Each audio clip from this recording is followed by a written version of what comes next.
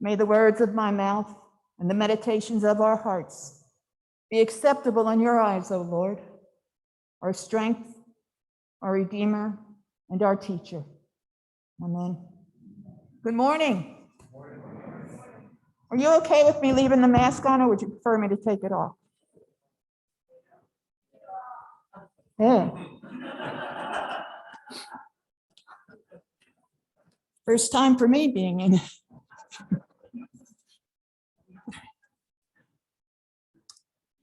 What do you want me to do for you? This is the question Jesus poses to Bartimaeus in today's gospel reading from Mark. Last week, Jesus posed the same question to his disciples, James and John. The responses and reactions in each reading stand in stark contrast to each other. John and James, considered insiders as Jesus' disciples, asked for positions of power, glory, and recognition, still unable to see and understand Jesus' identity and mission. And the other disciples reacted with anger, perhaps wondering why they hadn't thought of asking the same question to be at Jesus' left and right. Bartimaeus, on the other hand, appears to see and understand who Jesus is by calling him Son of David. He asks for his sight to be restored, which Jesus grants based on Bartimaeus' faith. For me, this is a rich story, placed in Mark's gospel right after John and James' request and right before Jesus' triumphant entry into Jerusalem. When Bartimaeus calls out to Jesus using the title Son of David, it is the first of only two uses of that title in Mark. And it is uttered by this blind beggar, relying on a common expectation of that time that the Messiah was to come as a new Davidic king to restore Israel to political prominence. Considering the political atmosphere of that time, it was most likely a dangerous title to use. Nonetheless, Bartimaeus uses it. Despite his physical blindness, he can see what others cannot. Because of his blindness, Bartimaeus' livelihood came from his begging for money. When Jesus called him to come to him, Bartimaeus threw off his cloak, most likely throwing aside most of what he owned. That cloak kept him warm at night and held all the proceeds from his begging. The cloak represented his way of life, and he was throwing it aside as Jesus called him. And then Jesus' question, what do you want me to do for you? Bartimaeus wants to see again. We don't know how or when he lost his sight, but that is what he is now requesting of Jesus. In recognizing Bartimaeus' faith and his ability to see who Jesus is, Jesus said, "Your faith has made you well." What struck me here is that in other healing stories, those who are healed are usually asked to go and say nothing. In this case, Bartimaeus leaves his old life behind and follows Jesus on the way. From today's reading, we see Jesus reaching out to a blind beggar on the outside of the crowd of followers. Initially, the crowd sternly discouraged Bartimaeus from calling out to Jesus. But Bartimaeus refuses to be defined by his circumstances or by the expectations of those who are able to see. Those in the crowd appear to be close to Jesus and seem to assume the right to speak on Jesus' behalf. Bartimaeus' persistency ensures that he will be heard by the Son of David. Jesus' words and actions toward Bartimaeus exemplify the compassion and love of reaching out to someone on the outside. His words and actions changed the crowd's sense of community so that it included those different from themselves, making room for others to follow. Jesus increased their sight and their faith by showing them that God's church, God's community, is inclusive of all. Bartimaeus' persistency set in motion a wave of mercy, blessing, and change, not just for him, but for the followers surrounding Jesus as well. That wave of mercy began with the transformation of those who had commanded Bartimaeus not to bother Jesus. They now encouraged, invited him to come into the gathering to be with Jesus. The followers had become witnesses to and agents of mercy. For us today, the image of Bartimaeus tossing aside his cloak and following Jesus challenges us to reflect on the life circumstances of our nation's and the world's outsiders, the poor, the homeless, the destitute, the oppressed. For years now, we have seen or heard almost daily our fellow human beings, those who are tagged with the label refugee, call out for mercy, for someone to help. Most of those we see have given up everything in order to survive and for their children to survive. They have no financial safety net, no coats to keep them warm, and their hopes are most likely fading. I cannot even imagine what they must feel inside: fear, confusion, hopelessness, despair. I pray that they hold on to the hope that God will protect and lead them on their way to a better life. But more than that, I pray that those on the inside reach out and speak up for those who are on the outside looking in. Today, we are like the insiders of today's story, those surrounding Jesus as he made his way through Jericho. The masses of refugees, like anyone struggling to survive anywhere in the world, are on the outside like Bartimaeus, with barriers, structural and human, placed in their way to a better life. What must that feel like to those on the outside, looking at a barrier erected by fellow children of God to keep them out, or to at least control the flow of them across the borders? If Jesus was to ask these outsiders, "What do you want me to do for you?" the response would most likely be for the most basic needs of life, for their children first, and then for themselves. If he was to ask that same question of the insiders, how would we respond? And what then is our responsibility, yours and mine? What are our words and actions of mercy to not only refugees, but to the socially and economically disadvantaged, persons who live in despair in our own country, in our own town? Our ministries here at St. Mary's, collectively and individually, include the insiders and the outsiders of our society. We only need to witness the actions and compassion of our Immigration Action Group under the leadership of John Crick and Holly Chenery to see the coming together of insiders and outsiders. We see it again in the ministry of the Interfaith Hospitality Network with the efforts of Meg Cave and Dale Cleary, in the work by Betsy Usim as our coordinator with the Episcopal Community Services, in the work done by Catherine Miani and others for the kids of the St. James School, and in the many volunteers and guests at our food pantry.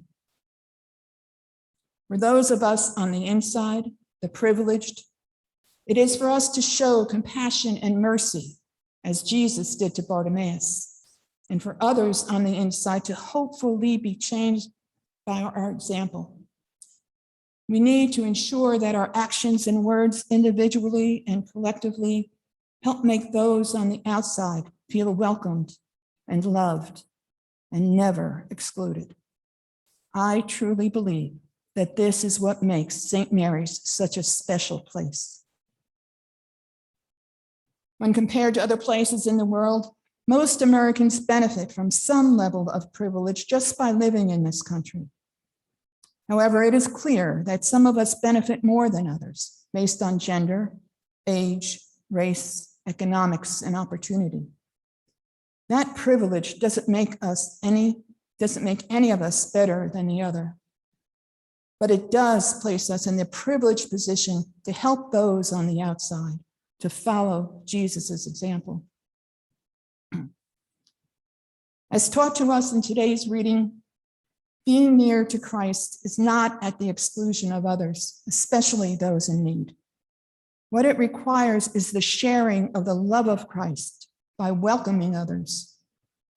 Being near Christ and being his hands, feet, and voice in this world not only invites us, but requires us to reach out to those in need.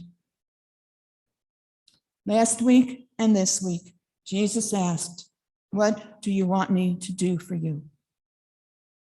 I suggest that each of us turn that around and ask, Jesus, what do you want me to do for you and your people? We may each hear a different answer or perhaps multiple answers, but I believe the common thread throughout all answers is for us to follow his example, his teachings with love and compassion. When we ask Christ that question, we are being open to the Spirit. And by watching and listening for what he is calling us to do, we will find our answer in how to follow Jesus, how to, in our own small way, be his hands, feet, and voice in this world. From today's reading, we see Jesus reaching out to a blind beggar on the outside of the crowd of his followers. By example, he showed compassion in reaching out to someone on the outside. That compassion and love simultaneously changed the crowd's sense of community to include those different than themselves and to make room for all who want to follow Jesus. He brought them closer, increasing their spiritual sight by showing them that God's church, God's community, is inclusive of all. I believe that this is what Jesus wants for all of us. And for our question to Jesus, what do you want me to do for you and your people? His answer for each of us is sure to be different. We need to search for our call or calls from Christ, to search our souls, listening to the Spirit within. And when we hear Christ's call, when we hear what he wants us to do, let us delight in his will and walk in his ways to the glory of his name. Amen. After reaching out to many ornamental ironworkers, as well as woodworkers, but someday we will be able to have a railing here to make it a little safer to come to the lectern. We will also be working on getting a better mic for the center. So many things in process, continuing to adjust as we go. So also want to just let you know, I thank you for bundling up a little bit for church today. We will be fine-tuning our system, hopefully, of how many windows we have open. As you may know, our boiler emits carbon monoxide, so we can't use it. We were supposed to have a new one, but due to this word that we are all saying so much, supply chain, right? Who ever thought supply chain would be part of everyday speech? The boiler is not coming until mid-November. So hopefully we'll be able to eventually get the right mix of hot air to make it tolerable in here, but thank you for bundling up in the meantime. All right. First, I want to thank those who were at convention yesterday. Deacon Karen, Schick, Mindy, and I were all at diocesan convention, although we attended remotely. And I think Deacon Karen has an update from convention. Over the past 6-8 weeks, the deacons of the diocese have been doing a collection of blue jeans, and the community has been very generous in donating them to us. We had a goal of collecting 500 pairs of jeans. We actually received 1,300 up to this point. So great work, folks, great work. And we have deacon in our community, it's not me. Actually himself collected some. So there is a lot of work going on across the diocese. Thank you again. Thank you to Karen and the deacons. Also want to thank Diane Williams and all of those who came out for the task mob yesterday. I was at convention, but I heard that some amazing work happened and appreciate all the work that you put into beautifying our campus and getting it ready for the winter. So thank you. What else? Also want to let you know a couple of other things that were contained in my tidings note this week. I really do encourage you to read it. It is a compendium of our winter weather protocols. But next week is a big week. It's All Saints Day. We are celebrating All Saints. We're celebrating 3 baptisms, and we're celebrating our last big blowout coffee hour of the season. As the weather gets cooler, my guess is you won't want to stick around quite as long. We will continue to have coffee every week, and people are welcome to bring snacks, but next week is our last big one. So hope you'll make an effort to stay for coffee hour both this week and next week. And thank you to all of those who have made these coffee hours so special this fall, especially Don Johnson and Luke Cooper, who help with the setup every single week. For our All Saints service next week, I also want to remind you that there is an invitation to bring an image of a saint. Could be a canonized saint or a non-canonized saint, a saint who has died or a saint who is alive. Anyone who is a saint to you, I welcome you to bring an image of that person, framed if possible, and let's line them up. We have these beautiful windowsills, so let's use them and line them with our saints so that as we celebrate All Saints Day, we are surrounded by our saints, the saints of our hearts and of our lives. So I encourage you to bring images if you can next week. Today is the last of our current Rector's Roundtable series. We will meet inside in the parish hall, but we will wear masks. And our next Rector's Roundtable will happen on Zoom during Advent. So keep your eyes open for that.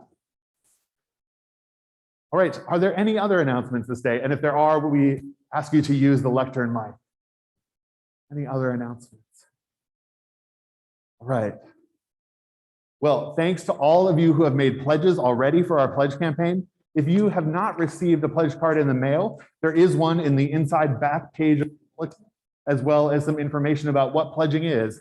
Pledging is part of how we keep this wonderful parish running. And to that end, I'm going to invite Harriette Land to come to the lectern and offer a stewardship testimony.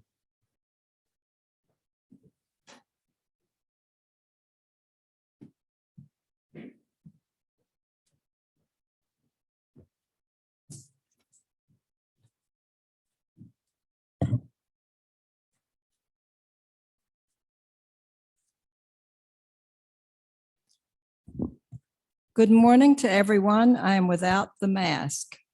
I hope you'll all be safe after I tell you this story. When Bill Powell asked me to speak on behalf of the Stewardship Committee, I said, he said, just tell them what you love about St. Mary's. And it only has to be 2 minutes long. I thought, with all due respect to Elizabeth Barrett Browning, St. Mary's, how do I love thee? Let me count the ways.